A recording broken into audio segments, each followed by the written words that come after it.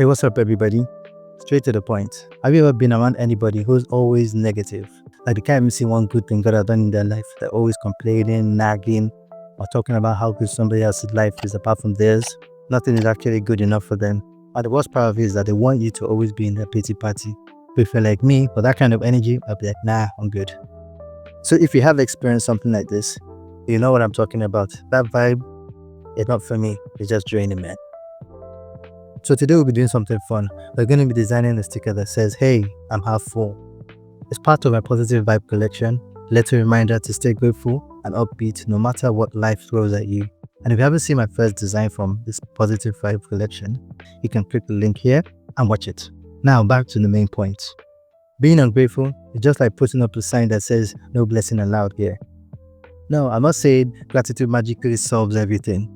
But when you're thankful, somehow things just work for you for the better. Remember that story in the Bible about 10 blind men that Jesus healed? Only one came back to say thanks.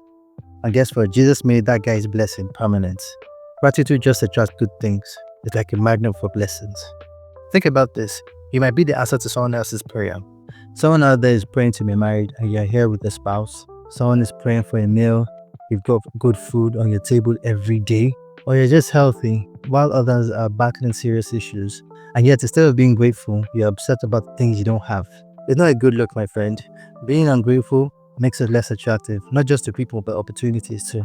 Now, don't get me wrong, it's great to want more in life, to aspire, but there's a fine line between that and envying others. Instead of complaining that everyone's doing better than you, why not learn from them, take inspiration, trust God, and work towards God's goals with a smile on your face? It's all about perspective.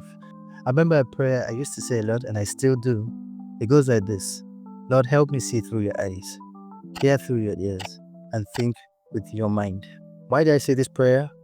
Because left to my own thoughts, I would spiral into negativity. Trust me, it's that easy.